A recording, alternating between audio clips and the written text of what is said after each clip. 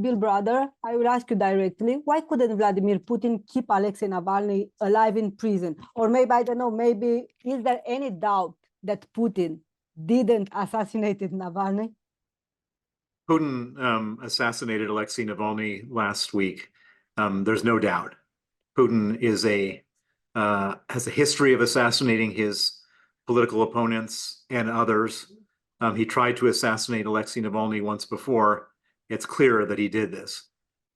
I can't put myself inside the mind of Vladimir Putin to understand what all the pros and cons were that he was weighing up before deciding to order the assassination. It's obvious to me, though, that Putin felt some type of personal threat from Alexei Navalny. He understood that deep down, Alexei Navalny was a real politician, a real leader, offering Russians something that they really wanted.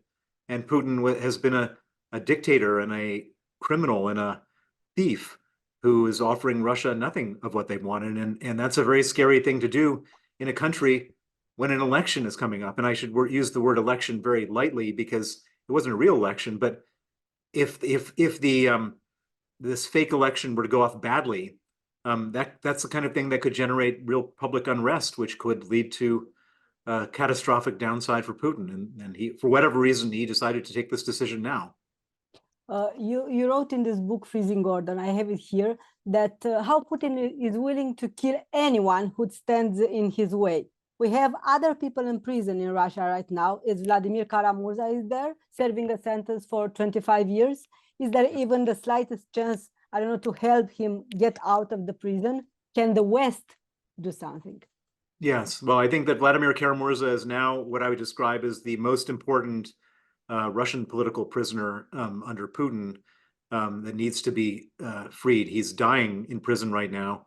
He, like Alexei Navalny, they poisoned him. Like Alexei Navalny, they sent him to Siberia. Like Alexei Navalny, they put him in solitary confinement. And like Alexei Navalny, he's not keeping his mouth shut. He's saying what he thinks from his prison cell, and therefore he's really at risk. I was at the Munich Security Conference last week and meeting with foreign ministers from a dozen countries in Europe, calling on them to organize what I would call a bridge of spies type of prisoner swap, where we swap out Vladimir for some Russian prisoners. I got a very warm reception from the foreign ministers, and this is my main project now, is to try to save Vladimir Kamura's life. How? By organizing a prisoner swap, by getting him out, by giving the Russians somebody they want in exchange for Vladimir. It's what Vladimir Putin tried to say in this so-called interview from last week, that he's willing to negotiate something. Well, I mean, Putin is taking people hostage for the specific purpose of negotiating, and it's a very unpleasant situation. It doesn't make me feel good if a Russian prisoner, a Russian criminal is swapped out, but at the same time, we have to save the lives of those people who are important to us. And Vladimir Kamura is important to me and important to the world. What's next in Russia for the Russian? Is there even the slightest critical mass for an opposition or any political threat for Putin? Because Prigozhin is dead, Navalny is dead. Well, I think that the one thing that Vladimir Putin can't anticipate is the seething anger of the people, of the Russian people, on a mass basis. Putin can kill individuals, but he can't kill everybody. And there's a lot of people that are very upset about what's going on in Russia right now. And of course, you can't say anything because you get arrested if you say something, but at some point it may boil over. Nobody knows when, how, where, and why, but it might boil over. If it does, that's the one thing he can't control, which is one of the things he's most afraid of, Vladimir Putin. And who can replace Putin? Are we sure that Putin can be replaced by a better politician? No, most likely not, unless we can save the opposition, the people who are in jail right now, so that they can step in. But at the moment, if Putin were to die, you'd end up with some other Putin-like character, because there's so much money involved. There's so much, the elite needs to keep the whole thing going forward in the status quo, because if they don't, they lose their money. Mhm. Does Putin still have money for this war? Sorry, could you repeat? If Putin still have money for this war, how much this war cost for Putin, for example? Well, I read a calculation last weekend that just the missiles going into Ukraine on Saturday, the value was $427 million. Just the missiles going into Ukraine on that day. And I also read another calculation to say that the oil that is sold just on that day was greater than $427 million. And so Putin can continue to afford the war as long as he can continue to sell oil. And that's one of the big problems. So Western sanction, economical sanction didn't work, really. Well, the Western sanctions have been very crippling and very upsetting to Putin and his cronies, and it caused great damage to Russia.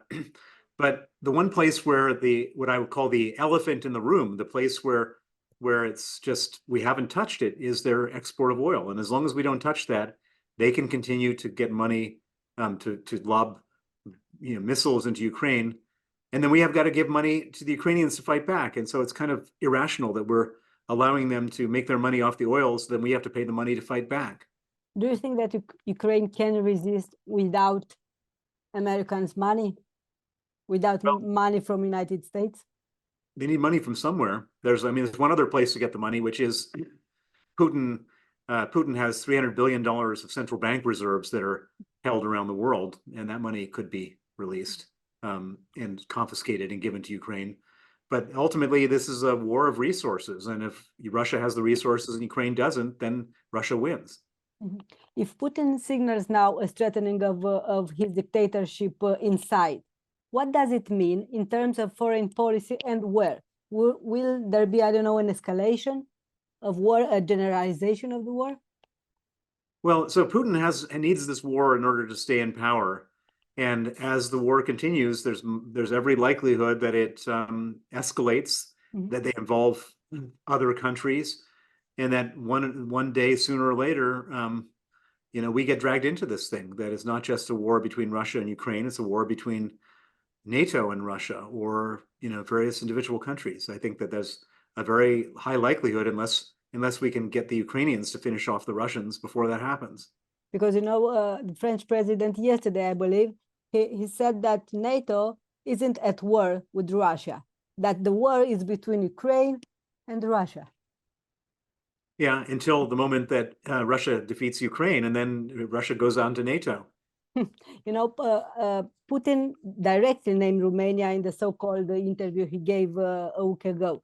He basically appealed to revisionism, using false narratives, of course. Do these hybrid warfare strategies still work in European Union? Well, first of all, I'm impressed that you actually were one of the few people who actually listened to the interview that Putin gave, because it was so boring that like almost anyone else I know, switched off after the first 5 minutes. Putin throws all sorts of misinformation, nonsense, wrong narratives out there to try to convince people of his way of thinking. I don't think many people are convinced by that, but they spend a lot of money on this bloggers and Facebook and Twitter and TikTok and all this kind of stuff to try to influence public opinion. And I think that's it maybe works on the margin. I don't know. Maybe it doesn't. Hard to say. What would a Navalny Act mean? And it's my last question. What would it take to make it effective? A Navalny Act, not Magnițki Act. Well, in my opinion, just doing incremental sanctions of individuals at this point is not effective, because, I was the biggest advocate of doing that with the Magnitsky Act, but since the war started, we've sanctioned thousands of individuals, and anything incremental would be not very painful for Putin, and we've even sanctioned Putin himself. But what would be painful for Putin is if we confiscated the $300 billion of central bank reserves that were held in the West. We should call it the Navalny Act. And Putin should understand that the murder of Alexei Navalny has cost him $300 billion. That's a very clear, simple message that would really have an effect on him.